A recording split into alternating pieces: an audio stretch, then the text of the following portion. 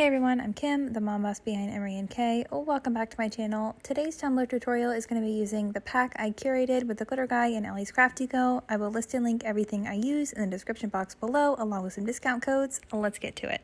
As always, we're going to start with our fully prepped and painted tumbler. I'm using a 20-ounce skinny from Hogg. So you will notice that the design on this tacky tape is not a basket weave. I forgot to film how to wrap the tacky tape with my basket weave tumbler, so I'm showing you with a tumbler that's going to be used for a different tutorial, but the process is the same.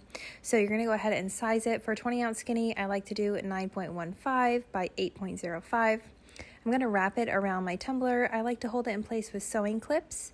I focus on the C, make sure it's lined up nicely, and then I'm going to grab one end and take back about 1/2 inch of that backing.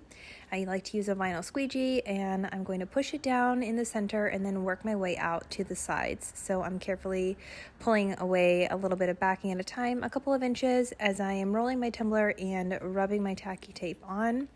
And I will just continue this process until the tumbler is fully wrapped. So for this tumbler today, we're going to be using, I guess you would call them the scraps. So from a single piece of vinyl, you're actually going to be able to create 2 basket weave tumblers. So I already created one with this, and now I'm going to use the extra pieces to create another. It will just be the lines that are the printed vinyl instead of the spaces in between. So to lay my vinyl on, I'm going to choose a starting point. It really doesn't matter where, and I'm going to carefully remove pieces of my tacky tape one at a time, and then I'm going to go over to my printed vinyl and pick up the piece of printed vinyl that coordinates with the piece of backing that I removed. I feel like that was a lot of words in there, but you can see what I'm doing here.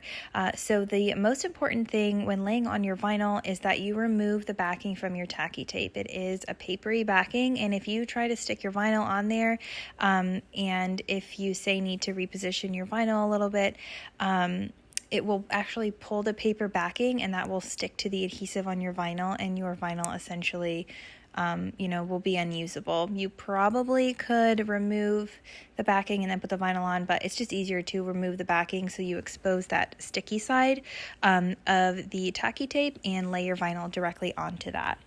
So as I'm going through with this, I'm just trying to line up one edge. So you can see here I'm lining up that straight edge. I'm going to hold it down with my finger and then gently press it on. I am going to speed up the video here because the process once you get it down is really quite simple, and I want this tutorial not to be super long, but I want you guys to be able to see most of me laying on the vinyl here. So as you can see, I'm just removing strips one at a time and placing that vinyl on. Now the great thing about this is if you get a piece and you need to move it a little bit, you can carefully pull it up and reposition it. Once you've pushed it down all the way, you can't, but if you get it on there and you're like, oh, it's not quite lined up straight like I did right there, you can carefully pull it up and lay it on. Now, one thing I noticed with putting on the vinyl in these little strips, so like the scraps, like I said earlier, essentially, that I did have some issues with this printed vinyl stretching a little bit easier than it did with the larger like diamond and triangle pieces that I put on the first weave I made out of this cut of vinyl. So just keep that in mind. You don't want to pull on your vinyl too hard as you're putting it on there, but don't stress about it. There's going to be pinstripes and all that, so nobody's going to notice if your vinyl stretch a little bit. You can see right there I had my vinyl overlapping a little bit too much on my tacky tape. I just took my X-Acto knife and trimmed it. Again, nobody's going to notice it but you. Don't think too hard about this. It doesn't need to be perfect by any means. It's going to be beautiful no matter what. Now, if you have little gaps between your vinyl and your tacky tape, like if you get a stripe on a little bit crooked and you can't fix it, don't worry, your glitter will fill that in. And again, the pinstripes are going to hide everything. Pinstripes are lifesavers with this design. So I'm just going to continue to go through. I'm going to lay on all my little strips of vinyl, and then we will move on to the glitter. So in this pack, you have enough sparkle, vinyl, and tacky tape to create 8 tumblers. You get 4 full shakers of glitter, you get 4 sheets of printed vinyl in 2 different colorways and 2 different sizes, as well as 8 half sheets of tacky tape. So a huge bang for your buck. Today, I'm going to be using Neutral and Wildberry. Those are 2 of the glitters that come in the pack, and I actually decided to mix them. So I just mixed equal parts of each, and that's what you see in the little cup over there. glittering this tumbler is the easiest part. I'm just going to go in and remove all the other pieces of tacky tape here, and then we're just going to sprinkle our glitter right onto this tumbler. This part is super simple. You can see I'm kind of pushing down some of my vinyl. That is, if I had a little bit go over the edge of my tacky tape, it might pull the vinyl just a touch on the edge, so I'm just pushing it back down to make sure I don't have any little bumps under there from my glitter. So once I've removed all that tacky tape, I'm going to go ahead and dump on my wild berry, and after I finish glittering this tumbler, I'm going to go ahead and give it a good coat of my Rust-Oleum 2x clear gloss sealer. I will let that dry and do a coat of epoxy. We'll move on to pinstripes after that. Sometimes I need 2 coats of epoxy before my tumbler is smooth enough for pinstripes. Typically 1 is good, but 1 or 2 depending. Just get it to where it's pretty smooth and we'll move on to pinstripes. Now that our epoxy has cured, we are ready to move on to pinstripes. So I'm going to be using this textured silver metallic vinyl. This is from TeckWrap. I will be sure to put that in the description box below.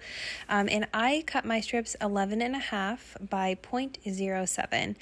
And I do 0.07 or 0.05 for my pinstripes, just kind of depends on my mood. So I like to grab one with my left hand, hold it in between my thumb and pointer finger, and then I just kind of stick the extra to like my wrist and the rest of my arm.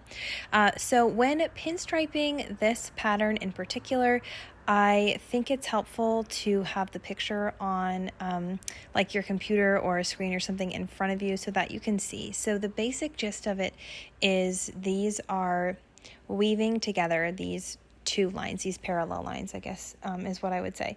So they are going to be going under and over, under and over. And I hope that makes sense. But if you look at the picture, I promise it's so much easier. The first time I did this, I didn't have the picture pulled up and it took me so long. But this time I had the picture, and all in all, this took me about 10 minutes, so much faster. So make sure that you grab that picture, have it in front of you, and just always be kind of taking a second to step back and look at your weave. Make sure that you're actually weaving it and not just like putting a bunch of lines where they don't belong.